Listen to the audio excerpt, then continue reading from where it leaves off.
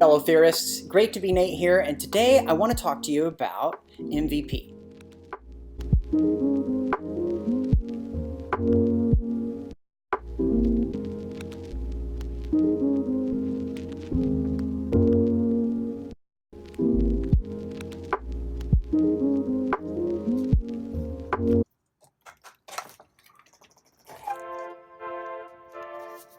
There's a lot of debate around what is an MVP.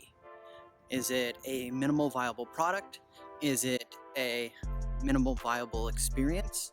Is it a minimal viable market? What is an MVP and when do I use one? So there's this great book I recommend you guys reading. It's The 4-Hour Work Week by Tim Ferriss. And my favorite part of this book is page 199. It's called Fast to Market. It's really by Matt Schmidt for the book. And what he says is the fastest way to market with a product idea is to just get a domain name on whatever cheap, account and set up a WordPress blog, apply a theme to it, add your content and a buy now button. Link the buy now button to a form with an email address, phone number, etc. And when the user clicks a continue to PayPal button, automatically send them to a page that says, ooh, PayPal's currently not working. Then he uses Google Ads to drive traffic to this, and he calculates theoretical ROI. And after a week or two, he can see positive ROI that's worth actually creating or not. Then he sets it up with his PayPal if it works. From there, he circles back around to all the previous people that had signed up. Within hours, he's got his money back. So he says. Now, right there, I think is a great example of an MVP. In the book, The Lean Startup by Eric Rice, he says that the MVP is a version of a product that enables us to learn with the minimum amount of effort and the least amount of dev time. There's been some great examples of MVPs over our time, and one that strikes a bell here is Dropbox. Their MVP was essentially a video they sent around that went viral explaining their value proposition. So it's a great example of low effort to measure product market fit. Another example is that of Airbnb. Their MVP was essentially posting a Craigslist ad that said you could stay on an airbed mattress during a particular event in the city. Speaking of the city, Uber was also started based off of the CEO's experience with getting a cab. And he didn't want it to be a limo timeshare service, but he knew it had to be an iPhone app. And so he spent 6 months prototypes, hiring, and testing before he finally ran a pilot in New York with 3 cars. And they used this business card to incentivize customers. Now, a lot has changed over the last 10 years. During this time, there was a developer by the name of Peter Levels who did 12 startups in 12 months. And he wrote a book about it called MakeBook.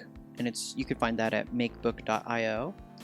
And during this journey, he just so happened to do a chapter on how to build a luggage shipping startup without any code. And here he's tweeting about it.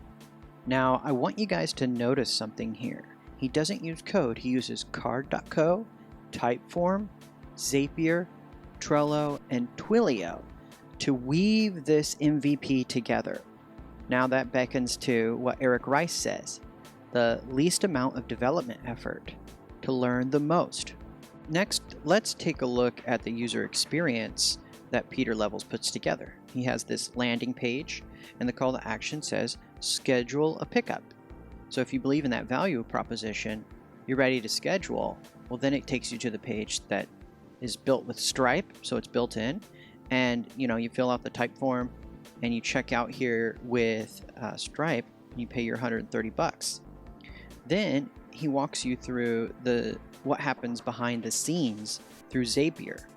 Here you can see he's setting up a Trello card for a to-do list item that will be done tomorrow.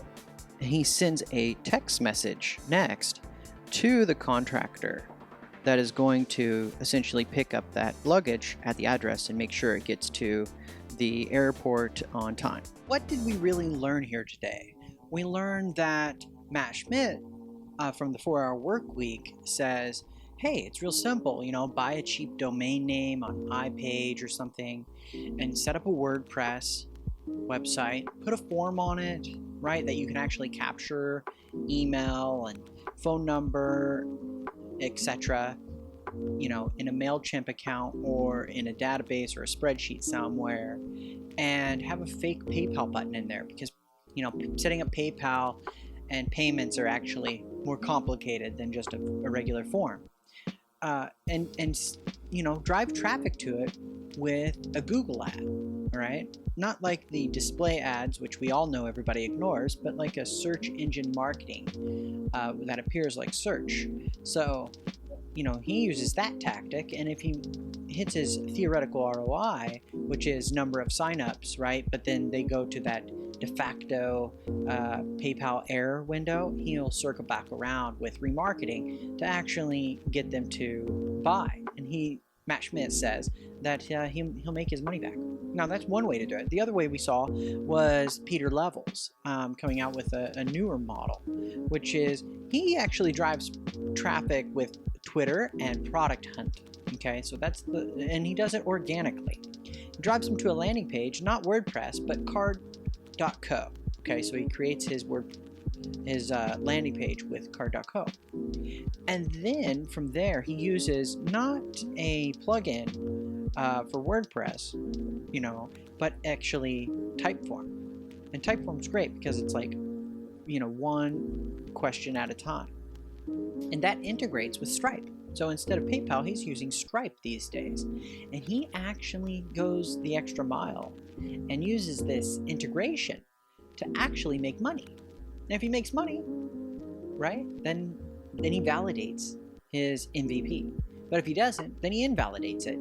So after, 4 weeks on it, if it's not making money, then he kills it, right? And that's really the purpose of a minimal viable product, is to test viability of your business model. And so we can, take this with a grain of salt. We saw this with Uber as well, where after prototyping and finagling over, hiring contractors and getting all this set up, well, it really came down to the MVP that happened in New York, right? Where they had 3 cars and that was their MVP, 3 cars, those business cards, and actually getting people to pay. That was the MVP. And so how are you going to take your idea and, do the least amount of effort and learn the most?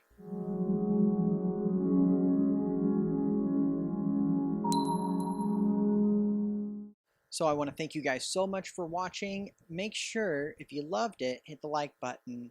And if you really loved it, hit the sub button down below. And I'll see you guys on the next one. Bye.